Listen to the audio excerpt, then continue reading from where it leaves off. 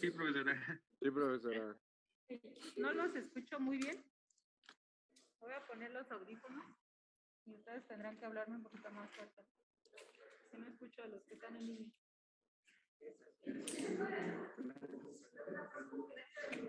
Sí, pueden cerrar la puerta.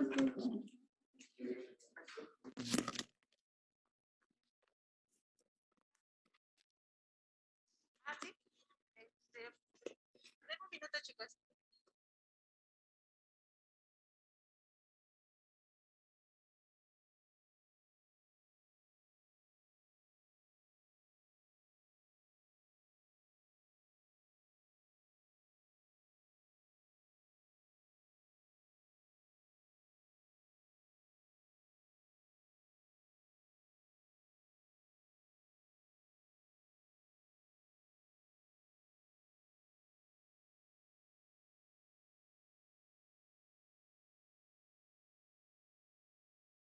¿Están los que están en línea? ¿Sí? ¿Sí me escuchan o no me escuchan? Sí, profesora. Ok. La semana pasada nos quedamos en la parte de curvas de calibración indirecta. Y les solicitan cuál era la cantidad de paladio en esa muestra. Entonces, ¿quién realizó el cálculo, chicos? Tu proyecto.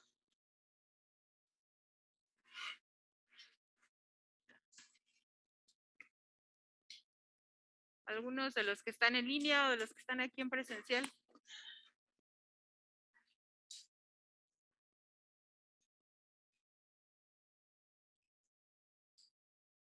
Voy a activar la cámara. Ok. ¿Quién hizo su cálculo? ¿Lo hiciste? ¿Quieres pasar al pizarrón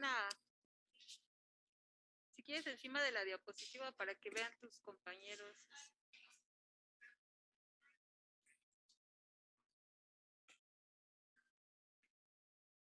Sí, para que te pueda voltear la computadora.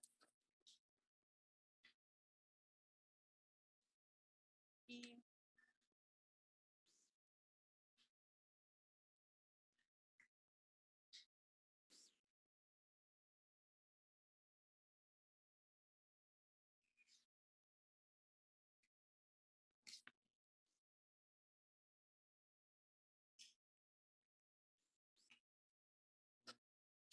los que están en línea pueden visualizar el cálculo.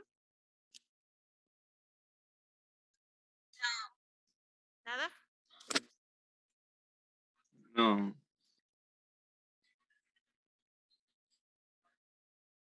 Ahí. Ok, si no, yo se los voy escribiendo en la pantalla. Sí. Ahí está. Ok, yo lo voy a ir anotando aquí en la pantalla, mientras su compañera lo anota aquí en el pizarrón. Ok. Lo último que tenían que hacer era interpolar el valor de absorbancia en la curva de calibración, ¿sí? Ya habíamos obtenido la regresión. ¿Y la regresión cuál era, chicos? Era y igual a qué?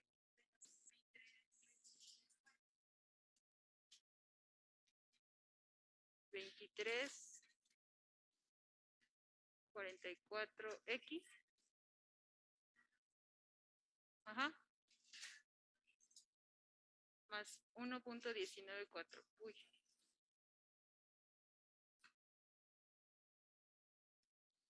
Entonces, teníamos que interpolar el valor de la absorbancia de nuestra muestra problema. ¿Cuál muestra problema? En este caso era 0.52, ¿no? Y calcular la concentración de ese sistema problema. ¿Qué concentración les daba? 0.51 de concentración.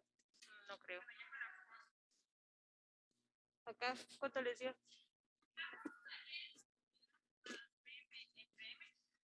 Sería la propiedad en este caso 0.52 menos B, que en este caso es 1.19. Ajá, entre la pendiente. que es negativa, exactamente. Y es negativa porque ¿quién nos daba la propiedad, chicos? 2344. El reactivo. Entonces, ok, Amelia nos dice que es 2.87 por 10 a la menos 4. ¿Coinciden con Amelia? Sí. Okay. Aquí van a ver sus mensajes de sus compañeras. Ok, entonces esa es la concentración, 2.84 por 10 a la menos 4. Y entonces, ¿qué factores de dilución teníamos que considerar para poder llegar a esa concentración peso-peso?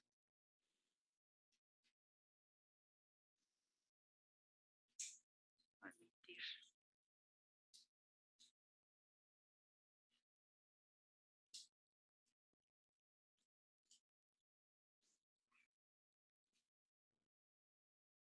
Recording in progress. ¿Qué teníamos que hacer? ¿Cuál era el primer factor de dilución de nuestra muestra problema?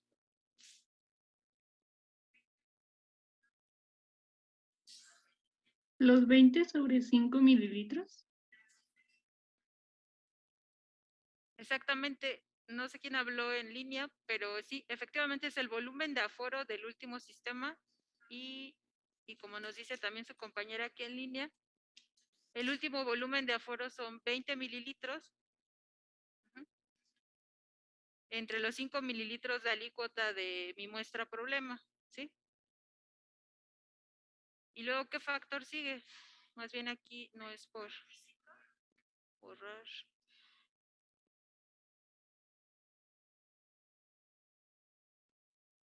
Ok, más bien es por... ¿Cuál es el siguiente factor?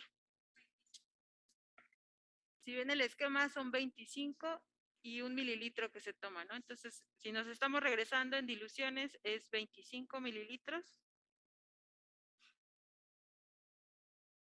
Ajá, entre 1 mililitro. Ajá. ¿Y qué otro factor nos hace falta? El último, ¿no? El de 25 mililitros, justamente donde nosotros disolvimos los 2.500 miligramos de la muestra. Entonces son 25 mililitros.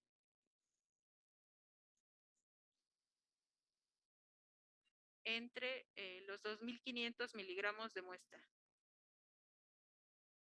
Y no te vayas, compañera. Todavía hay una personita en el pizarrón. Ok. Aquí empezamos a eliminar términos. Estamos en unidades de molaridad, entonces son unidades de milimol sobre mililitro.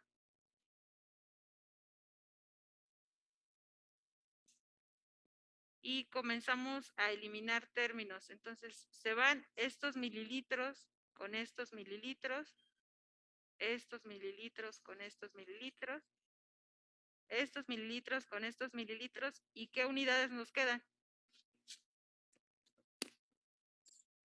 Milimol sobre miligramos. Y para poder calcular el porcentaje peso-peso, ¿qué tenemos que calcular?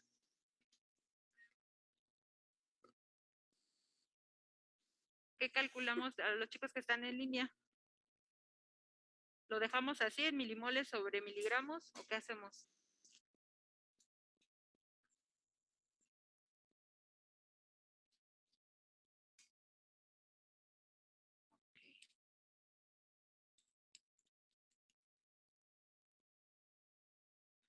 Ok, me dicen que no se ve en línea lo que estoy escribiendo.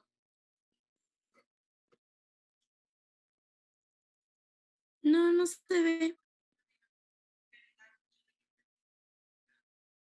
Ok. No, no se borra. A ver, ¿ya está ahí compartiendo, chicas?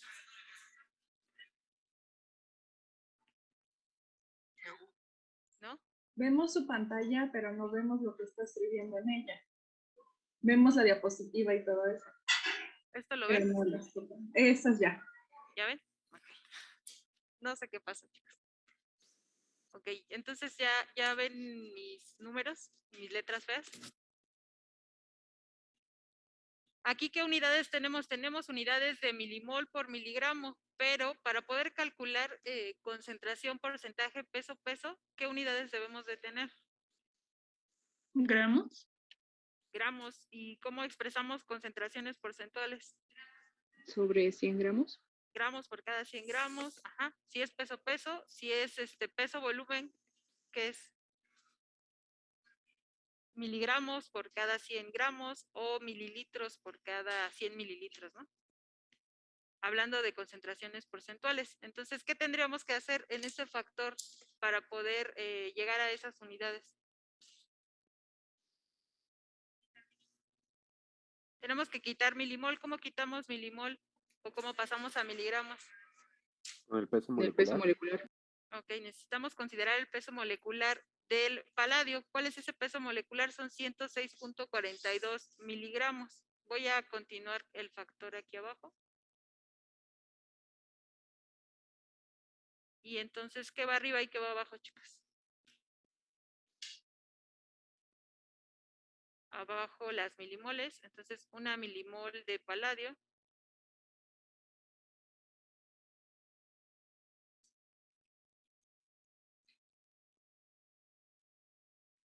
¿cuánto pesa el paladio, chicas? 106.42 miligramos. 106.42. 106.42 miligramos. Ajá. Y luego, ¿qué hacemos? Ya eliminamos milimoles de paladio con milimoles. Nos quedan miligramos de paladio por miligramos de muestra. Ahí llegamos a nuestro resultado. ¿Qué hacemos?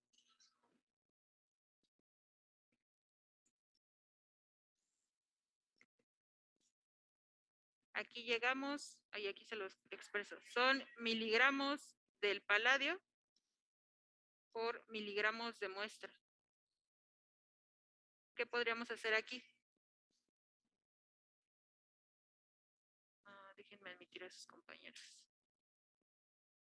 Okay. ¿Qué hacemos? Multiplicar. Los compañeros que están aquí dicen que multiplicamos por 100. ¿Están de acuerdo los que están en línea?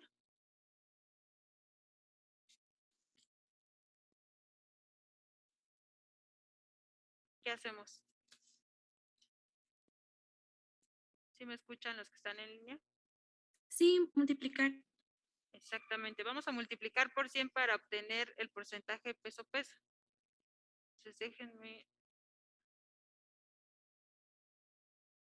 Entonces todo este factor lo multiplicamos por 100. ¿Y qué valor nos da?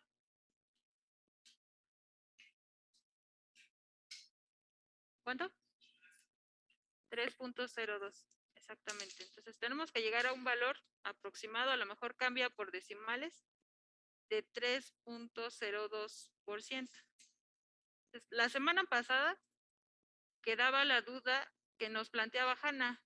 ¿Por qué justamente en una curva de calibración indirecta podíamos tener una pendiente positiva si graficábamos realmente en función de la concentración del reactivo, que es el que nos estaba dando la propiedad?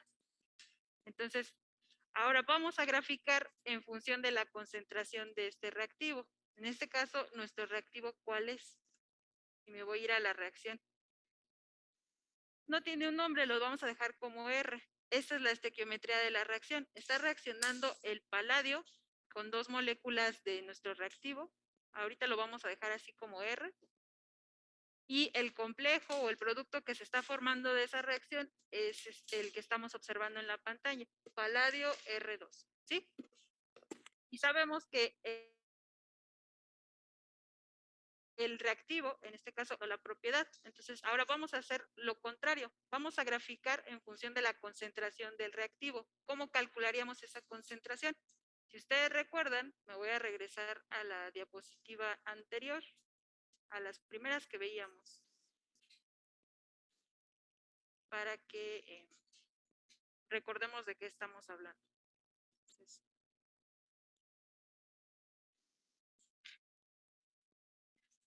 ustedes recuerdan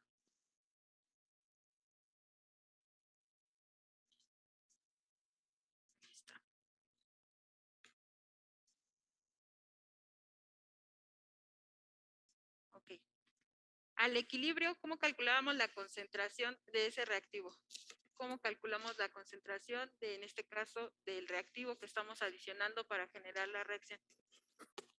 Tanto los que están en línea como los que están aquí me pueden contestar. ¿Cómo calculábamos esa concentración? ¿Qué tendríamos que considerar?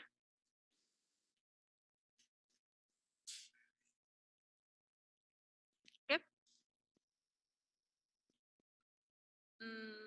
Más que la ordenada, el origen y la pendiente, ¿qué necesitamos para calcular la concentración en este caso del DR?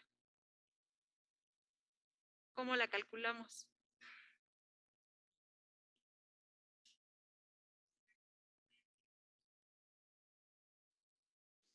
Necesitamos conocer la concentración de X. ¿Conocemos la concentración en este caso del paladio? Sí la conocemos. Conocemos la concentración stock del paladio. ¿Conocemos el volumen que estamos adicionando de paladio en cada sistema? También lo conocemos, ¿no? Y conocemos también la estequiometría de esa reacción. Conocemos los coeficientes estequiométricos de esa reacción, ¿sí? Conocemos la concentración de R, el reactivo que nosotros estamos adicionando en exceso. Y también conocemos el volumen que adicionamos de manera constante de R, ¿sí? Entonces nosotros podríamos calcular esa concentración y lo vamos a hacer justamente con esta fórmula, que es básicamente restando los milimoles que nosotros estamos adicionando de R del reactivo, menos los milimoles que están reaccionando con nuestro paladio entre el volumen de aforo. ¿Sí queda claro para los que están en línea? ¿Sí me escucharon bien? Sí. Ok. Déjenme, me voy a la diapositiva. Y entonces vamos a calcular esa concentración. Esta concentración ya va a estar enfocada a la del reactivo.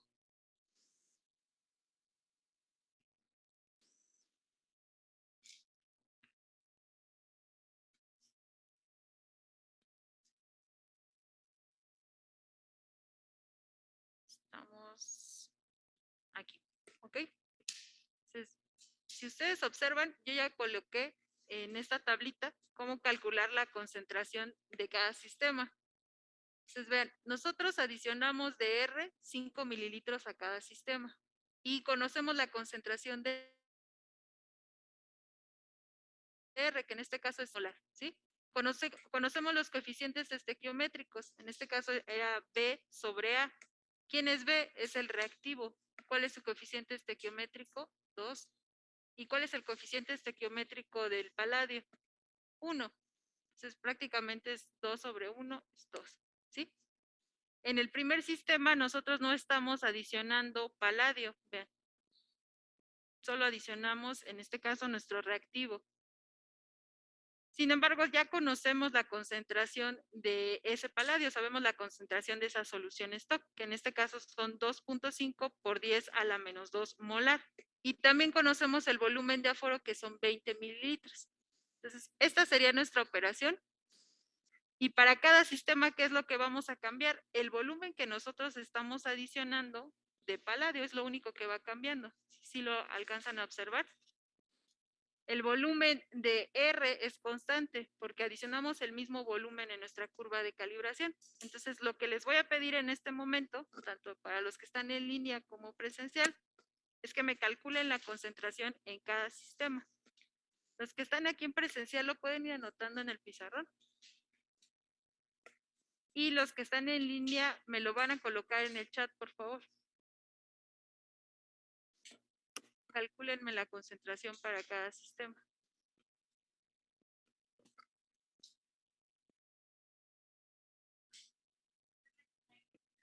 No, ahí está solamente planteada la ecuación, pero finalmente ustedes tienen que calcularla.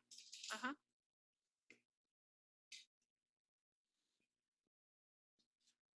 A la menos 2 molar. Ujú. Los 5 mililitros son los 5 que adicionamos de R a cada sistema. ¿Sí lo ven aquí?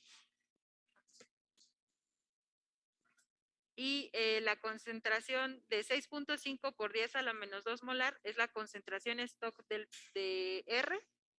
Y 2.5 por 10 a la menos 3 molar es la concentración del paladio, del stock de paladio.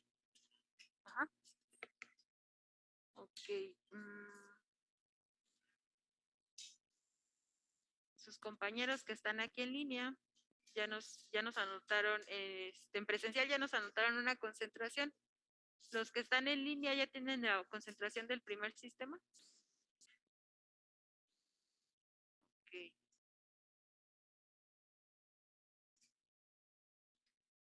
Ok, Natalia nos dice que es 1.4 por 10 a la menos 5.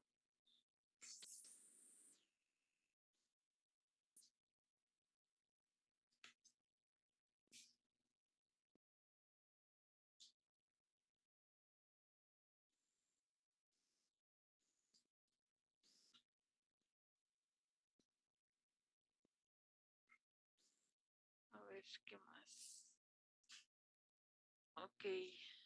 Vivian nos dice que es 1.62 por 10 a la menos 3.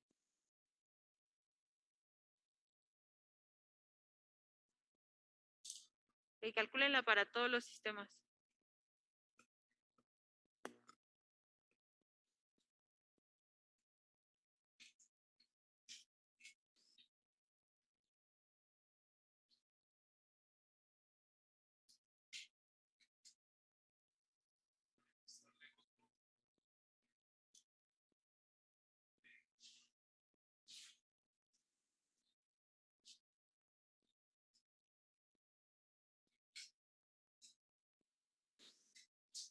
¿16? A ver, ¿quién más anotó?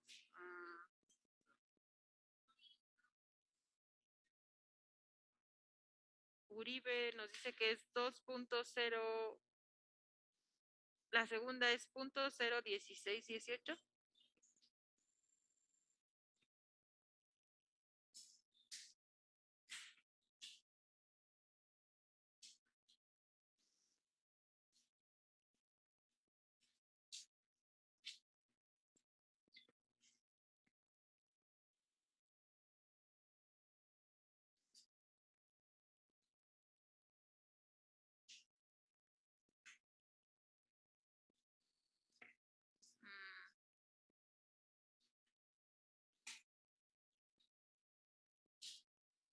La 4, Natalia dice que es 0.01525. ¿Sí? Y la tercera, no, la cuarta, 0.01525. Ok. Baltasar nos da las siguientes concentraciones. Ustedes lo comparan. 1.62 por 10 a la menos 2. 1.37 por 10 a la menos 2. 1.12 por 10 a la menos 2. 8.75 por 10 a la menos 3 y 6.25 por 10 a la menos 3. Hay mucha diferencia.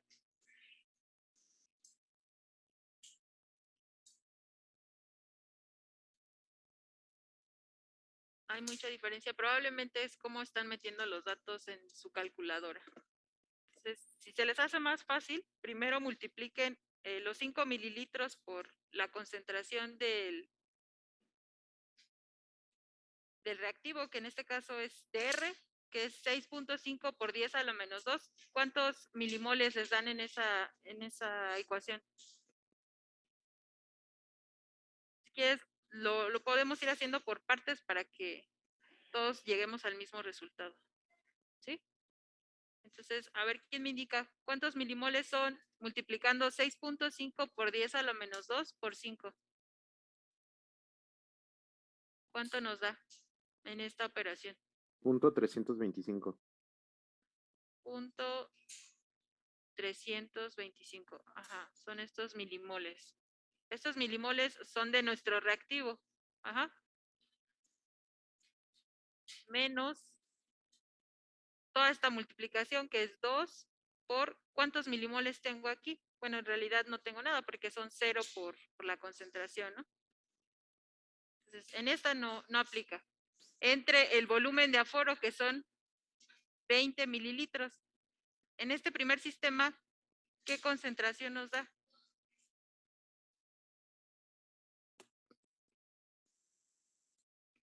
Ok, punto 325, punto 016. ¿Cuánto nos da? Punto 01625.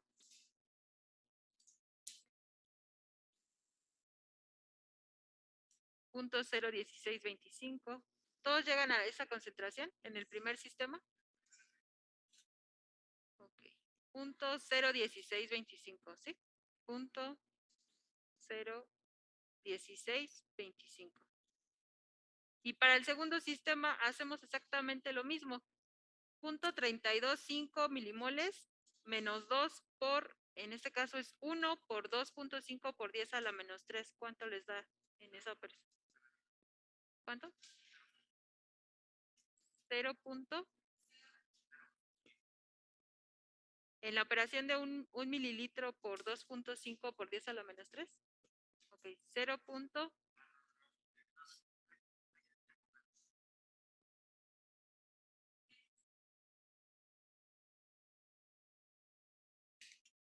Vamos a tener que considerar varios decimales para que pueda ser significativo el cambio del valor.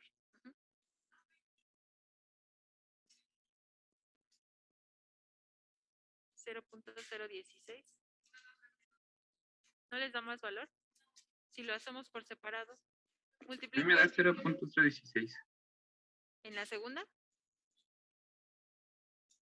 0.016. No les puede dar el mismo valor, chicos. Porque aquí ya están reaccionando estos milimoles con los milimoles que nosotros estamos adicionando. 0.015. Eso sí tiene más sentido. Mejía nos dice que es 0.0137. En el segundo 0.01375.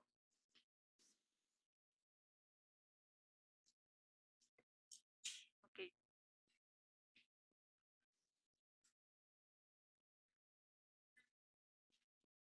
¿Cuánto les da? 0.0. Aquí me dijeron que 0.016. Pero sí traten de meter todos los decimales. 0.01575.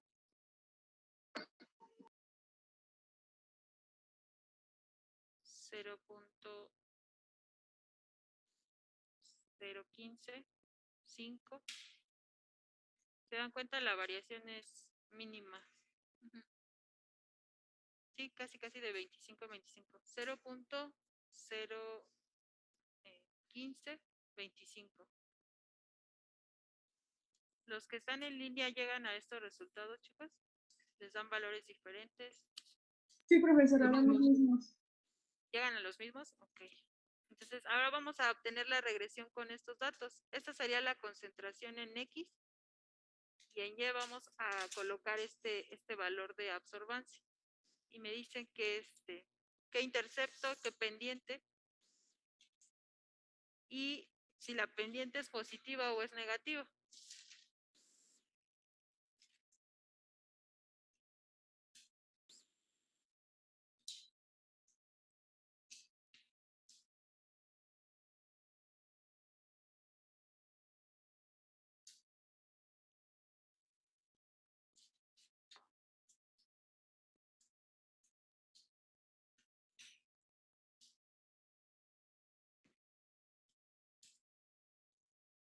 Aquí les dio exacto, chicos. 0.016. Sí. Ok.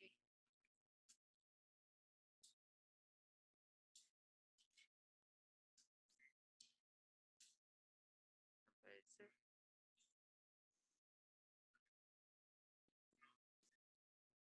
Ajá.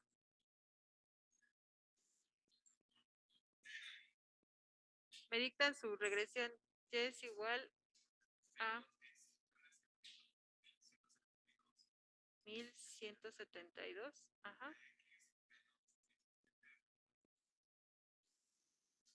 Menos qué, perdón. 17.81.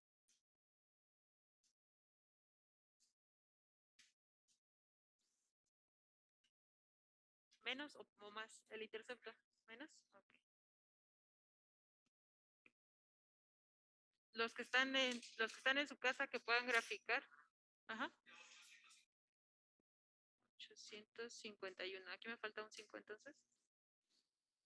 Los que están en línea llegan al mismo resultado. Cambia. El mismo. El mío cambia, profesora, pero no sé, creo que metí un dato mal. ¿En qué cambia, Mario? ¿En la pendiente, en el intercepto? En las dos, en la pendiente me sale 932.35 y en el intercepto me sale menos 13.96. Sí, pueden ser a lo mejor los decimales, Mario. ¿Metiste los mismos datos o tus resultados?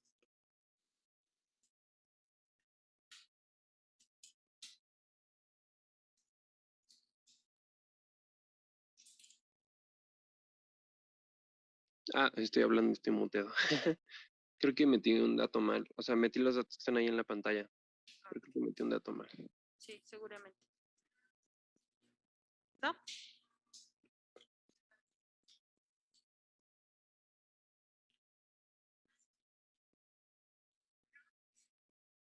Sí. La absorbancia, vean que es la misma que tenemos en la curva. O sea, en el sistema 1, en el 2, en el 3, en el 4, en el 5. Vamos a anotar los mismos valores de absorbancia. A la absorbancia no le vamos a hacer absolutamente nada. ¿Sí? Todos los demás llegan a ese resultado. A lo mejor necesitas resetear tu calculadora para meter la regresión. Los que están en línea llegaron a esta pendiente y a este intercepto. Sí, profe. Sí, profe. Ok. Entonces, me voy a cambiar de diapositiva. En realidad, el gráfico, considerando esos valores de Profesora, concentración. Ajá. ¿podría regresar a la otra diapositiva tantito, por favor? A la de acá. ¿A esa? ¿Sí a esa o a cuál? Sí, a esa. Ya, gracias, profesora. Sí.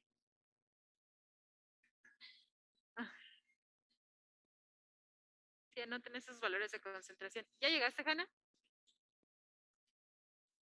¿Quién más no había llegado al mismo? ¿Les dan los mismos valores de regresión? ¿Sí? Bueno, muy cercano. A lo mejor variación de decimales. Ajá. Y entonces, ¿cómo haríamos la cuantificación ahora? Vean, si nosotros graficamos esto en Excel, en el eje de las X ya va a ir la concentración, pero en este caso ya no va a ser concentración de paladio, ya va a ser concentración de R. Ajá. Y la propiedad ahora sí va a ser directamente de R. Entonces ya va a ser esa propiedad. Y ya vimos que esa pendiente va a ser positiva. Ajá. Entonces vamos a tener un comportamiento similar a este. Y entonces, ¿qué haríamos para cuantificar? Vamos a interpolar nuestro valor de absorbancia del problema, que en este caso son 0.72. Entonces, interpolamos en nuestro gráfico y vamos a calcular la concentración, pero ¿concentración de quién? De reactivo. Entonces, me voy a cambiar a... Bueno, no lo voy a hacer aquí en esta diapositiva. Déjenme borrar estos datos. Voy a borrar este gráfico. Y vamos a interpolar en esta ecuación de la línea recta. Entonces, en este caso es 0.52, perdón, es el valor de nuestra absorbancia de nuestra muestra problema, igual a 1172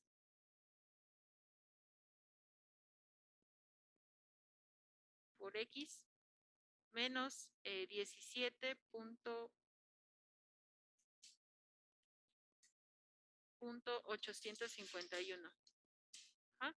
Entonces, despejamos X y me dicen la concentración que les da. La pueden escribir en el chat los que están en línea.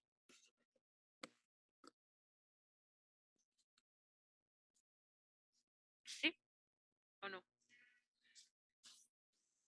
¿Cuánto? 0.015 molar.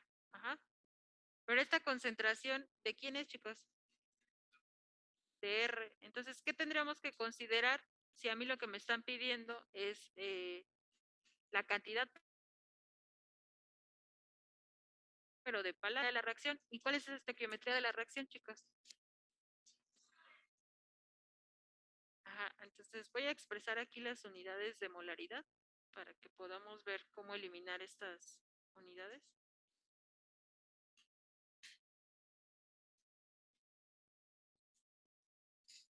Y aquí vamos a expresarlo en milimoles sobre mililitro. Ajá. Y entonces ahora sí son milimoles de R. Entonces, ¿cuántas milimoles de R reaccionan? Exactamente, 2 milimoles de R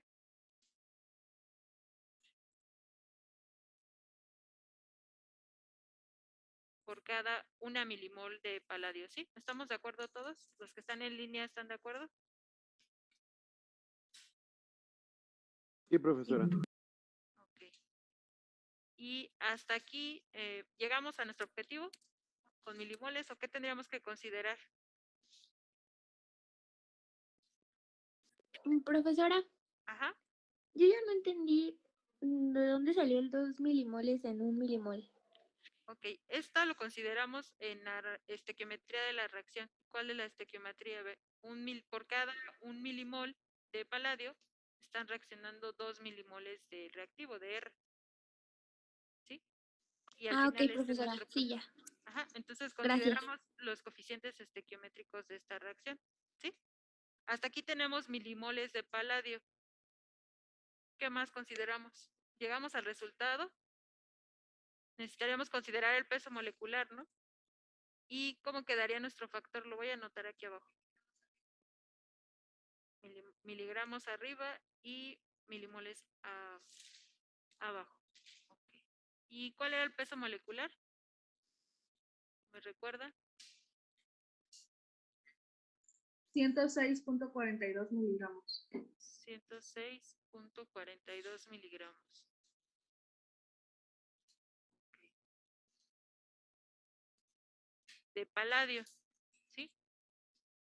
Y estos miligramos de paladio, ¿en qué cantidad de muestra estaban?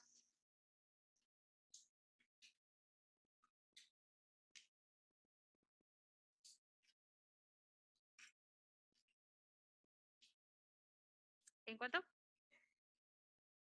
Tendríamos que empezar a considerar los factores de dilución. Nos tenemos que regresar también en diluciones, tal cual como lo hicimos hace un momento. Si ustedes recuerdan, nuestro primer factor de dilución, ¿cuál era? 20 entre 50, el segundo era 25 entre 1 y el último era 25 entre los 2.500 miligramos de la muestra. Tendríamos que seguir ese mismo factor para volver a calcular los miligramos, en este caso de paladio, por miligramos de muestra por 100. ¿Sí? ¿Sí queda claro para los que están en línea?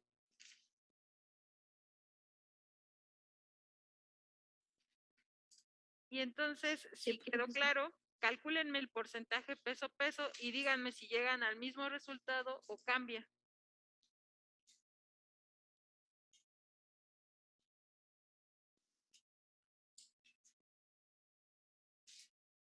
¿Sí? ¿Sí queda claro? Profesora, a mí sí me quedó muy claro lo que explicó y todo ello, pero me sigue dando la regresión diferente. Diferente, ¿cuánto te da? Me da Y es igual a 1268.9 ¿Ah? y B me da 19.351. 12 punto, en la pendiente te da 12 punto, ¿qué? 9 Ajá. y en B me da menos 19.351. Y ya la hice varias veces y me sale igual, entonces no sé por qué. Pero ¿estás segura que es 12 punto o te marca una coma? No, me marca 1268.9. Qué raro. ¿A alguien más le da una regresión diferente o cercana a la de su compañera?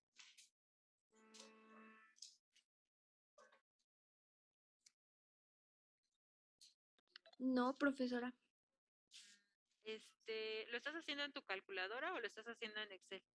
En Excel, de hecho, grafiqué los mismos valores así con las mismas decimales de concentración y de absorbancia.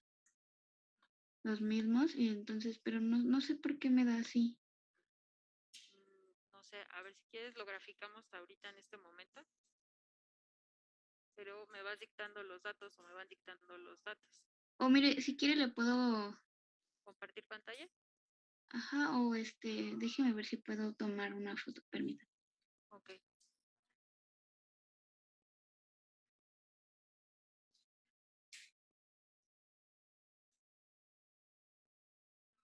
¿Los demás ya llegaron al resultado? ¿Cuánto les da? Todos llegan al mismo resultado, cambia, ¿qué pasa? ¿Sí cambia? ¿Cuánto les da? 79.89, ya considerando los factores de dilución.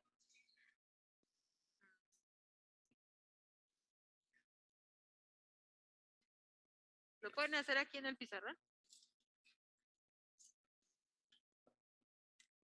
Llegan al mismo resultado, cambia. ¿Cambia mucho? ¿Cuánto les da a ustedes? A mí me dio 79.81. 79.81. Está muy elevado, ¿no? En comparación a si... En teoría tendríamos que llegar al mismo valor, considerando la estequiometría.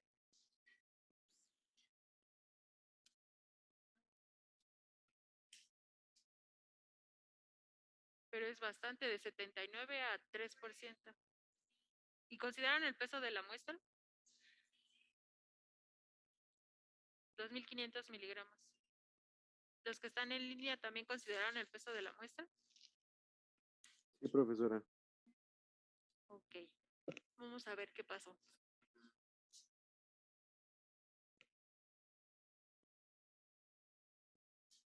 Ajá.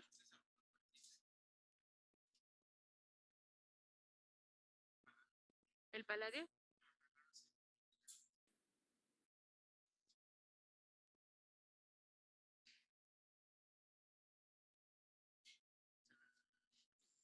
Ajá. Si ustedes observan, me preguntas, ¿cuál es tu nombre? Luis, me pregunta Luis, si así vamos a calcular la concentración del paladio. Yo les pregunto ahora a ustedes, ¿qué proceso se les hizo más fácil? ¿Graficar en función de la concentración de paladio o graficar en función de la concentración del reactivo? Del paladio. Entonces, ahí, si lo hacemos en función del reactivo, le estamos quitando esa ventaja a las curvas de calibración indirecta. Vean que fue más fácil interpolar la concentración, la absorbancia del paladio y obtener la cuantificación automáticamente a que si lo hubiéramos hecho al revés. Entonces, lo ideal o lo que yo les recomiendo es que siempre sea la concentración del analito que no nos está dando la propiedad o el analito de nuestro interés en función de la propiedad ya sea del reactivo o del producto. Ajá. ¿Sí queda claro para los que están en línea? Y Uribe me mandó sus datos.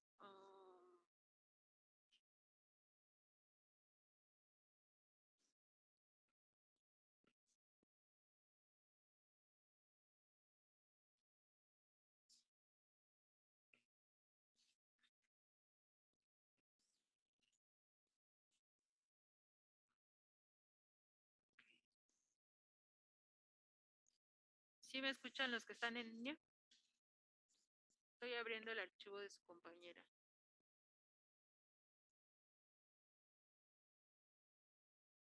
Los que están en línea, ¿qué están observando en este momento? Ahorita nada. Su cámara, profesora. Deja de compartir, profesor. Ok. Déjenme... ok. Quiero abrir el archivo de su compañera para ver cuál es el detalle.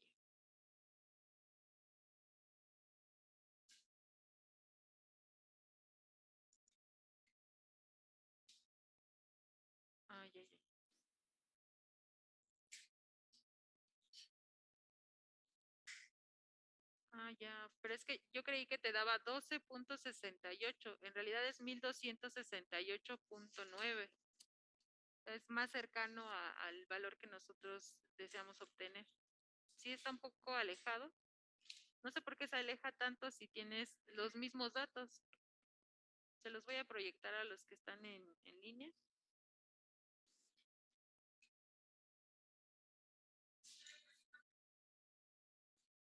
Pues no debería, y menos en Excel. Tienen los mismos datos. ¿No? No, y tiene los mismos datos que son los mismos datos que ustedes metieron en su regresión. ¿Por qué cambia tanto? La primera concentración creo que está mal porque dice .01615 y es .01625. Ah, es 0.0, sí es cierto, tiene toda la razón su compañero. La observación que hace uno de sus compañeros en línea es que esta concentración es 0.01625 y ella tiene 0.01615.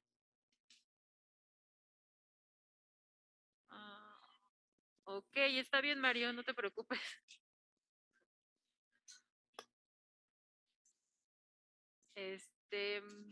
Sí, hay que cambiar esa concentración. En realidad es 0.01625 la primera concentración. Entonces hay que corregir esa parte. No veo tu nombre. ¿Quién eres?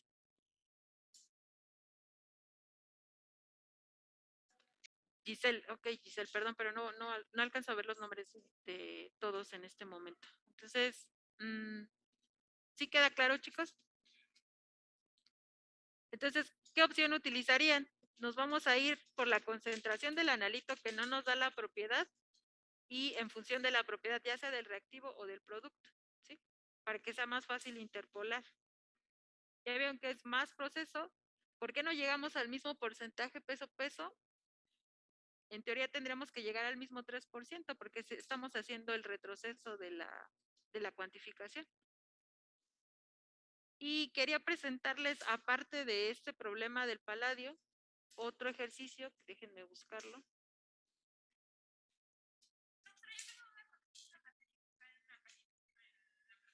Ajá. Tienen que descargar el documento y lo tienen que contestar a mano. Ajá.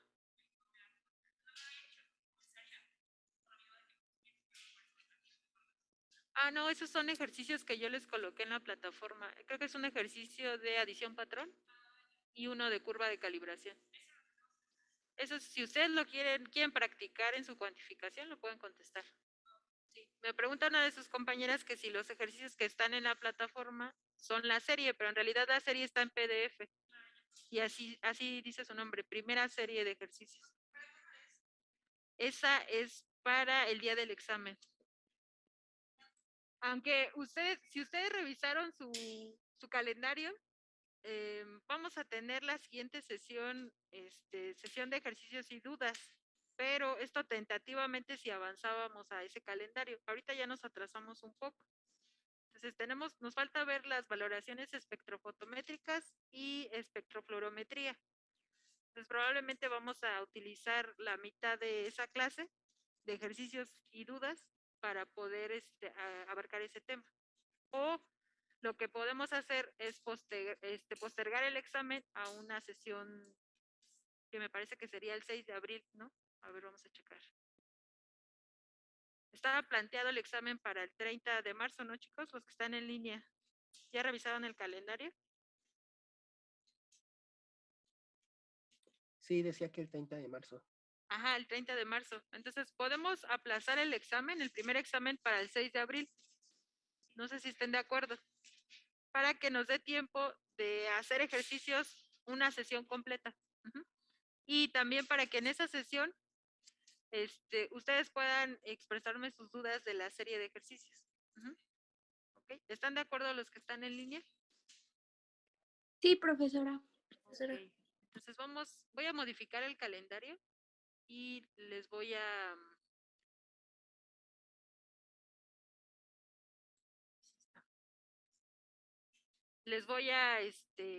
actualizar este calendario de actividades. ¿Ok? porque sí nos nos atrasamos un poco por esta cuestión, chicos. ¿Ya están viendo mi pantalla?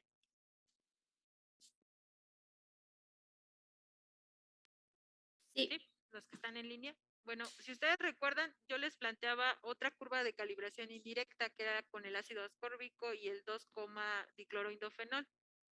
Entonces, para un poco rectificar la parte de qué pasaría si cuantificamos o si graficamos en función del reactivo. Entonces, en esta hoja de Excel les presento cómo sería la curva de calibración de ácido ascórbico si el reactivo es el que nos está dando la propiedad. Vean, la pendiente es negativa. Ya vimos que si el reactivo nos da la propiedad, esa pendiente va a ser negativa. Y en el eje de las X que vamos a graficar, la concentración de ácido ascórbico. Pero existe la segunda opción que planteábamos el día de la explicación, que es justamente graficar en función de la concentración del reactivo que nos está dando la propiedad, en este caso el 2,6 dicloroindofenol. Aquí ya hice los cálculos, ya no los vamos a hacer, solamente se modifica. Y aquí también tendríamos que considerar la estequiometría de la reacción, tendríamos que considerar el volumen de la solución stock de este reactivo, que es el 2,6 dicloroindofenol. En este caso es 1.50 por 10 a la menos 3 molar. Y tenemos que considerar qué volumen estamos adicionando en esa curva de calibración. En este caso es 1 mililitro. Entonces, vean, si nosotros hacemos la cuantificación también en retroceso, tendríamos que llegar a la misma cantidad de ácido ascórbico que si lo graficáramos en función de la concentración de ácido ascórbico y la propiedad del reactivo, ¿sí? Entonces, este es otro ejemplo de curva de calibración indirecta. ¿Hasta aquí tienen dudas de las curvas de calibración indirectas? ¿Sí queda claro en qué situaciones utilizarlas? Y hasta aquí queda claro cuál sería la diferencia entre una curva de calibración, una indirecta, directa, una curva de adición patrón directa o indirecta, ¿sí?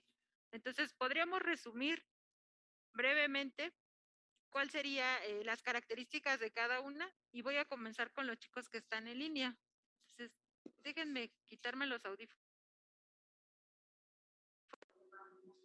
¿Alguien de los que están en línea me puede decir cuáles son las características de una curva de calibración directa?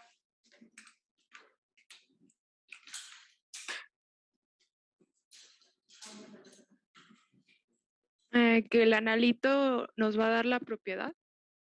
El analito nos da la propiedad, ¿ok? ¿Qué más? ¿Qué otras características tenemos para una curva de calibración directa? El problema no se encuentra en todos los sistemas. El problema no se encuentra en todos los sistemas. ¿En qué tipo de curvas sí se encuentra en todos los sistemas? En adición patrón. Y en adición patrón también veíamos que podemos tener curvas de calibración directa o indirecta, ¿sí? Y en cuanto a la preparación del problema, ¿cómo se prepara el problema para las curvas de calibración indirecta? ¿Qué necesitamos? A ver, acá Iván, que está muy platicador.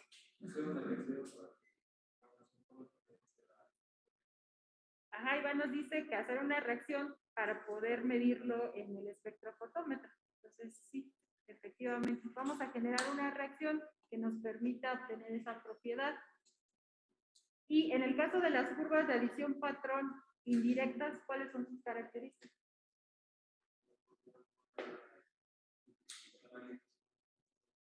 Iván nos dice que la propiedad no la da el analito. Los que están en línea, otra característica.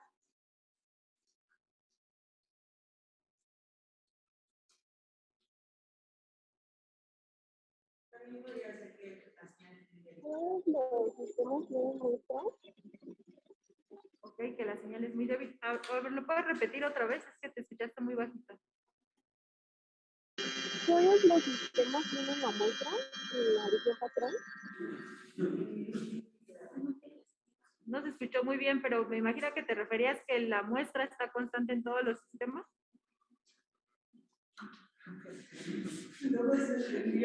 ¿Sí? ¿Sí o no? Es que se pierde mucho el sonido, chicos. Sí, ok, Salma nos dice que sí, que la muestra tiene que estar constante en todos los sistemas y efectivamente es una curva de adición patrón. Y entonces, ¿cómo cuantificamos en una curva de calibración indirecta y directa? Porque es el mismo procedimiento. ¿Qué tenemos que hacer para cuantificar?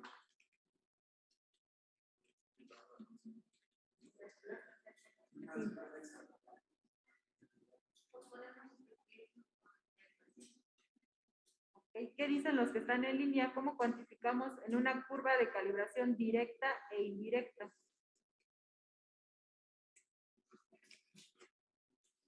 Despejando la ecuación de la regresión lineal. Despejando de la ecuación. En la curva de calibración, tanto directa como indirecta, lo que tenemos que hacer es interpolar, despejar de la ecuación de la línea recta, calcular la concentración de X y posteriormente considerar los factores de dilución. En la curva de adición patrón, ¿cómo cuantificamos? Ya sea directa o indirecta, ¿cómo cuantificamos? El valor de B sobre M. Efectivamente, nos dicen que tenemos que relacionar el valor del intercepto entre la pendiente. ¿Todos estamos de acuerdo con esto?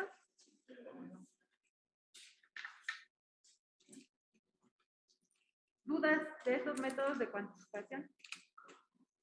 ¿No? ¿Quedan claros? ¿Y para qué? ¿Cuál es la función de utilizar una curva de adición patrón? ¿Qué ventajas tiene? Eliminar el efecto matriz. Ajá. ¿Qué más dicen los que están en línea? Bueno, que se usa para una muestra muy compleja. Ok. Eliminar el efecto matriz y efectivamente utilizamos una curva de adición patrón cuando la muestra es muy compleja. Ajá. Ok. Entonces, ¿dudas de estos métodos de cuantificación? Pues ya podemos comenzar con otro método.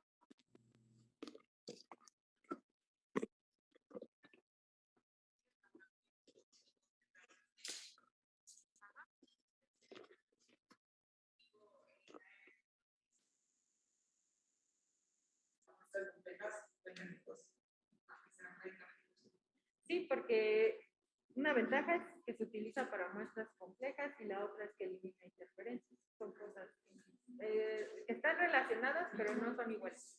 Ajá. ¿Sí alcanzaron a escuchar lo que comentabas, compañera Hanna, los que están en línea? No, no se escuchó. Ella preguntaba que si las dos ventajas de hacer una curva de adición patrón podría ser una que se utiliza para muestras complejas y dos que nos elimina las interferencias. Entonces, que si esas dos pueden contar como ventajas. ¿Ustedes qué dicen?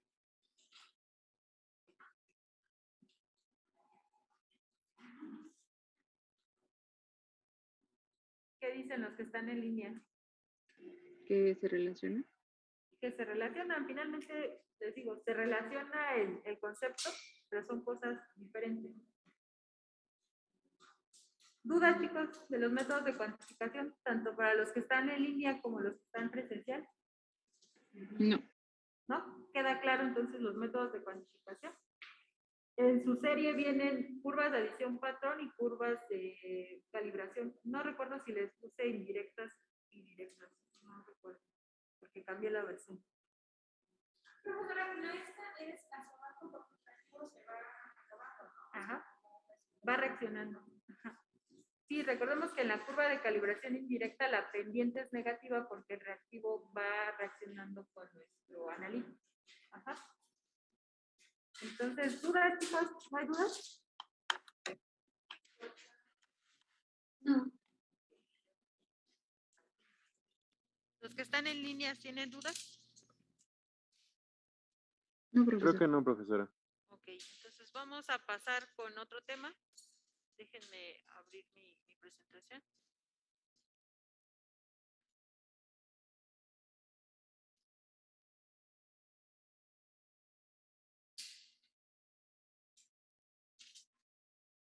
Y el siguiente tema, ustedes de alguna manera ya lo abordaron en química analítica aplicada, porque ustedes ya hicieron una práctica de valoraciones espectrofotométricas. Entonces, ustedes ya me podrían platicar en qué consiste ese método. A ver, comenzamos con los que están en línea. díganme en qué consiste una curva de espectrofotométrica, de valoración espectrofotométrica. ¿Ya ven mi pantalla, chicos? Los que están en línea.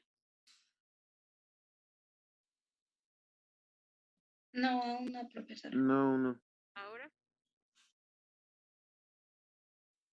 ¿Ya la ven?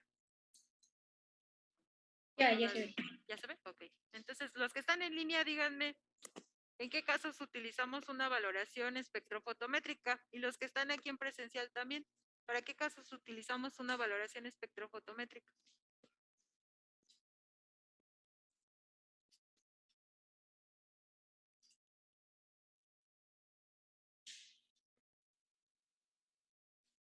¿No? ¿O para qué lo usaron? ¿Qué cuantificaron en química analítica aplicada? Porque yo recuerdo que hacían una valoración espectrofotométrica. ¿Qué cuantificaba?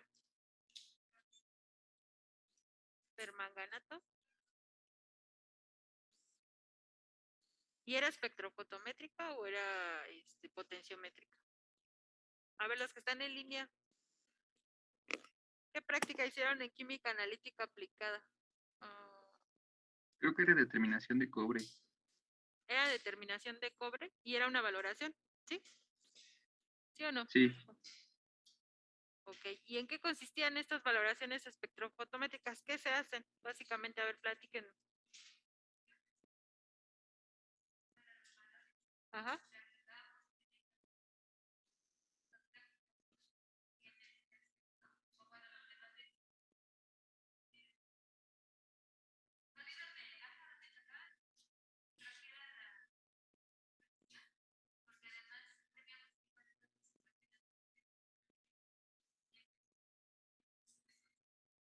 Ok, su compañera, ¿cuál es tu nombre?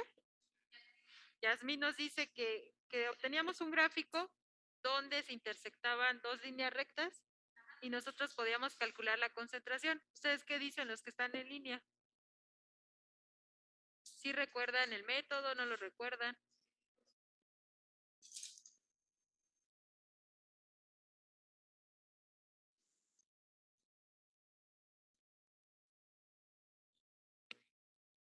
¿Lo recuerdan o no lo recuerdan, chicos? Los que están en línea o no recuerdan esa práctica. Más o menos. ¿Más o menos? Más o menos. ¿Qué recuerdan de esa práctica? Pues algo similar a lo que dijo la compañera. O sea, las dos, se les sacaba una regresión lineal a las dos líneas y luego se igualaban y obtenías el valor del volumen al punto de equivalencia. Ok. Efectivamente, entonces, si ustedes recuerdan, porque recuerdan bien, vamos a tener dos ecuaciones de la línea recta. Esas dos ecuaciones o esas dos líneas se van a intersectar. Y si también recuerdan, en ese tipo de curvas de valoración espectrofotométrica, también el analito nos podía dar la propiedad el valorante o nos podía dar la propiedad el producto de esa reacción o de esa valoración, ¿sí? Y dependiendo de quién nos daba esa propiedad, era justamente el esquema de esa gráfica. Entonces, vamos a ver brevemente en qué consisten las valoraciones espectrofotométricas. Y esto recordando un poco este método de cuantificación, porque ustedes ya lo vieron, ¿sí? Entonces, vean, ¿para qué vamos a utilizar o qué vamos a hacer con una valoración espectrofotométrica? Ajá. Los que están en línea, ¿sí están viendo mi pantalla, chicos? Sí, profesora. Sí, sí se ve. ¿No qué? Ah, sí, sí ven la pantalla. Sí ven la diapositiva, ¿no, chicos? Valoraciones fotométricas. Sí, pero es la primera nada más. Ok, sí, sí, sí ven la pantalla. Ajá. Sí, es que en la pantalla o los que están en presencial nos aparece una leyenda que dice que está en pausa, que no se puede compartir. Pero si ustedes me dicen que se ve, no hay ningún inconveniente. Entonces, las valoraciones espectrofotométricas las vamos a utilizar para conocer también la concentración de un analito. y generalmente esa concentración la vamos a establecer a partir del volumen de punto de equivalencia. ¿Cómo calculábamos ese volumen de punto de equivalencia? Igualando esas ecuaciones o esas líneas o esas regresiones, ¿sí? Y ustedes veían en la química analítica aplicada que la especie, ya sea el analito, el valorante o el producto de esa valoración, nos podían dar la propiedad. Va a pasar exactamente lo mismo. Si estamos en espectrofotometría y estamos hablando en la región del visible, pues también vamos a poder tener valoraciones espectrofotométricas directas o indirectas, donde el analito no nos dé la propiedad y a lo mejor nos los va a dar el valorante, porque a lo mejor ese valorante tiene cierta coloración a ciertas condiciones de esa valoración, condiciones de pH, o si estamos hablando de una reacción óxido-reducción, ¿sí? Pero, y entonces, ¿cómo sería el comportamiento de esas valoraciones espectrofotométricas? Bueno, básicamente en la pantalla les estoy colocando la definición de lo que es una curva de valoración. Es un método de cuantificación que nos va a permitir conocer la concentración de un analito a partir de una reacción establecida. ¿Por qué? Porque vamos a colocar una alícuota de nuestro analito, vamos a comenzar a adicionar valorante y a partir de la concentración de ese valorante nosotros vamos a poder calcular o estimar la concentración de nuestro analito. Ajá.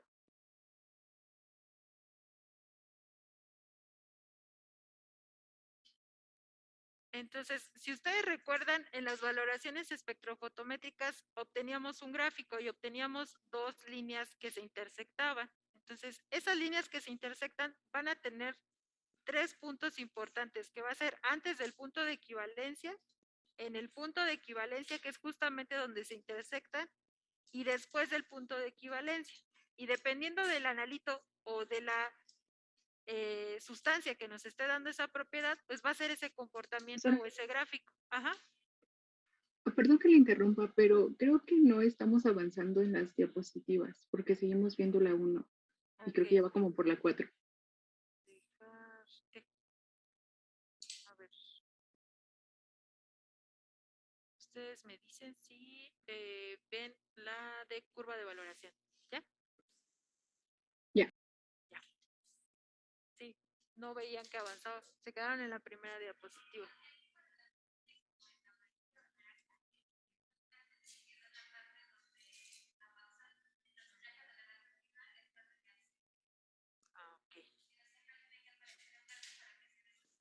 Ok.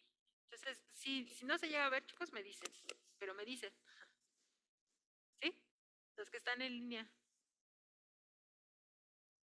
Y en este caso podemos tener curvas de valoración, les decía, directas o indirectas, porque también el analito no nos puede dar esa propiedad, pero nos las puede dar el valorante o nos las puede dar el producto.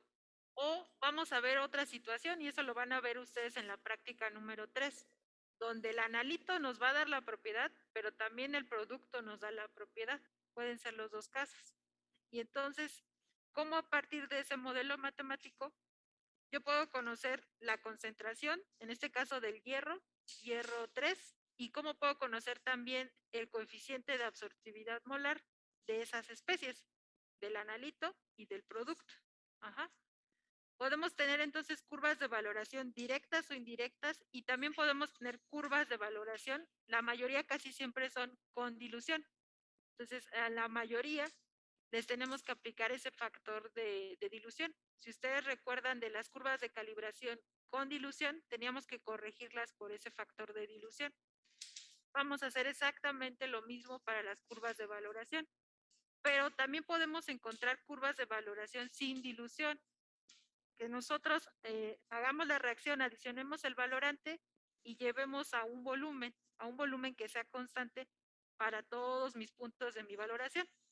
Entonces podemos tener esas opciones, curvas de evaluación directas, indirectas, con o sin dilución, ¿sí? ¿Y qué necesitamos para poder hacer una valoración? Esto ustedes me lo van a resumir porque ya lo hicieron. ¿Qué requisitos necesitaban para hacer una valoración? Y los están viendo en pantalla, me pueden comentar cuáles son esos requisitos. Que la reacción sea espontánea, que sea cuantitativa. ¿Qué otro requisito, chicos? Tenemos un reactivo en exceso, ok. En este caso el valorante, ¿no? ¿Qué otro requisito necesitamos en una valoración? Conocer la concentración del valorante. Eso sí va a ser importante para conocer la concentración de nuestro analito. Los que están en línea, ¿qué otro requisito? ¿O qué características debería de tener nuestro valorante? ¿Conocer la estequiometría? Necesitamos conocer la estequiometría de la reacción, también eso es importante. ¿Qué más? ¿La cinética? ¿Ok? La constante de equilibrio, sí. A partir de la constante de equilibrio nosotros podemos saber si es una reacción cuantitativa, si es espontánea. ¿Qué más? ¿Por qué qué? ¿Reactiva? ¿Rápida? Ok, porque nosotros tenemos que ver un cambio de coloración. Si fuera más que lenta, o en qué sentido va ese párrafo, nosotros tenemos que ver rápidamente el cambio de coloración para poderlo medir en el espectrofotómetro. Y hay reacciones químicas que se tardan hasta 1 hora en generarse la coloración, o reacciones químicas en donde tenemos a lo mejor que almacenar a ciertas temperaturas, no sé, a 37, a 40 grados para que se pueda generar la coloración. Entonces, en teoría tenemos que buscar reacciones químicas que sean rápidas, que sean espontáneas, en donde rápidamente veamos un cambio de coloración y podamos monitorear ese cambio. Ajá. ¿Qué más, chicos? ¿Qué otro requisito necesitamos para curvas de valoración?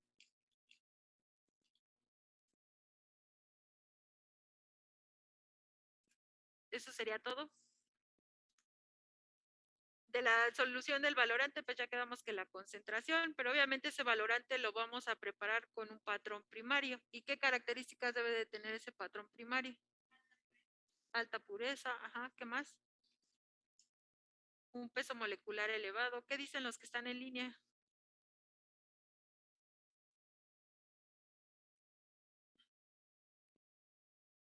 ¿Qué otros requisitos necesitamos? Que sea estable. Que sea estable, ajá. ¿Qué más?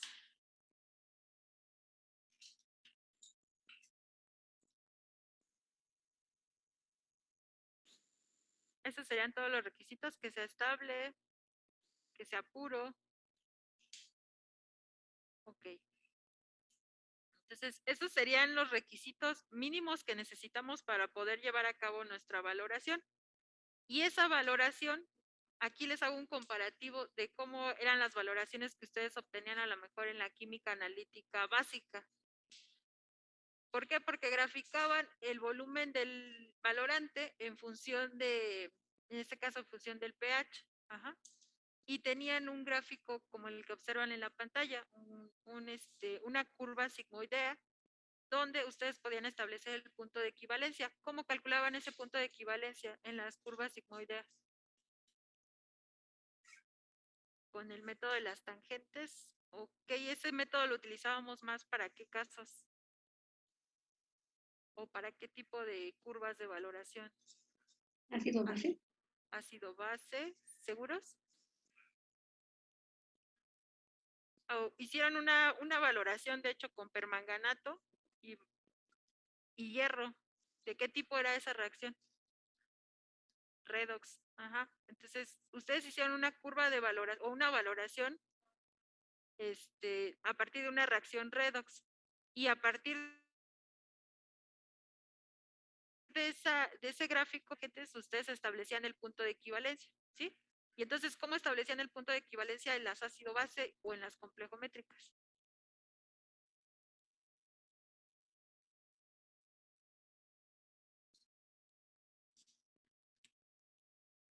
¿Cómo le hacían, chicos, de los que están en línea? ¿Cómo establecían el volumen de punto de equivalencia?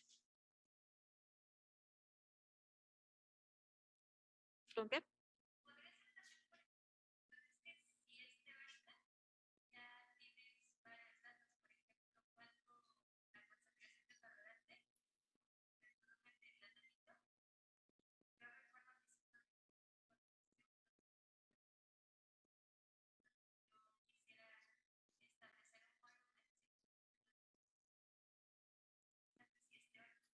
Ok. Gráfico. Pero eso lo hacían para las curvas redox, ¿no? Pero para las ácido base, ¿también utilizaban método de tangentes? ¿Sí? ¿Qué dicen los que están en línea? ¿Sí para las curvas de valoración ácido base utilizaban método de tangentes?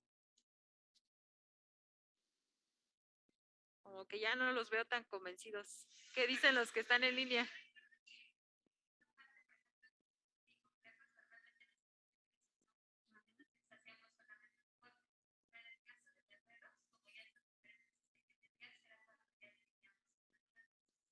Exactamente. Yasmín nos acaba de dar una parte muy importante. En el caso de las ácido base, casi siempre la estequiometría es 1:1. Entonces, lo único que hacíamos era una partición para poder establecer ese volumen de punto de equivalencia. En el caso de las valoraciones de tipo redox, como la estequiometría ya no es 1:1, como el caso del permanganato, entonces ahí sí ya tendríamos que considerar el método de las tangentes o el método de la primera y la segunda derivada. Método que ustedes ya conocen, se supone que ya saben establecer ese volumen de punto de equivalencia. ¿Qué va a ser de diferente ahora con las valoraciones espectrofotométricas? Vean, ya no vamos a tener ese comportamiento sigmoideo, vamos a tener dos líneas de la recta. Y estas dos van a cambiar dependiendo de si el producto, el analito o el valorante nos dan esa propiedad. Pero ¿qué van a tener en común independientemente de quién nos dé la propiedad? Que esas dos líneas se van a intersectar. Si nosotros igualamos esas dos líneas, podemos calcular ese volumen de punto de equivalencia. Entonces, da igual si me la da el analito, si me la da el valorante o el producto. Si yo igualo esas dos líneas, yo puedo establecer ese volumen de punto de equivalencia. ¿Ok? ¿Sí me escucharon los que están en línea? Sí, profesora. Sí, profesora. ¿Dudas? No. ¿No? Bueno, como los veo todavía un poco confusos con esta parte del volumen de punto de equivalencia, de tarea se les va a quedar que investiguen cómo establecer el volumen de punto de equivalencia en una curva de valoración ácido-base, cómo establecer el volumen de punto de equivalencia en una complejométrica, cómo establecerlo en una curva de valoración de tipo redox, y de las espectrofotométricas, pues ya lo vamos a revisar la siguiente sesión. Entonces, por el día de hoy, chicos, vamos a terminar la sesión de esta clase. Les pido una disculpa a los que están en línea. Tuvimos algunos inconvenientes para conectar el proyector, para tener internet. Entonces, yo espero que la siguiente sesión ya sea más fluida y que podamos tener una mejor atención a los chicos que están en línea. Entonces, nos vemos la siguiente sesión, chicos. Cuídense mucho.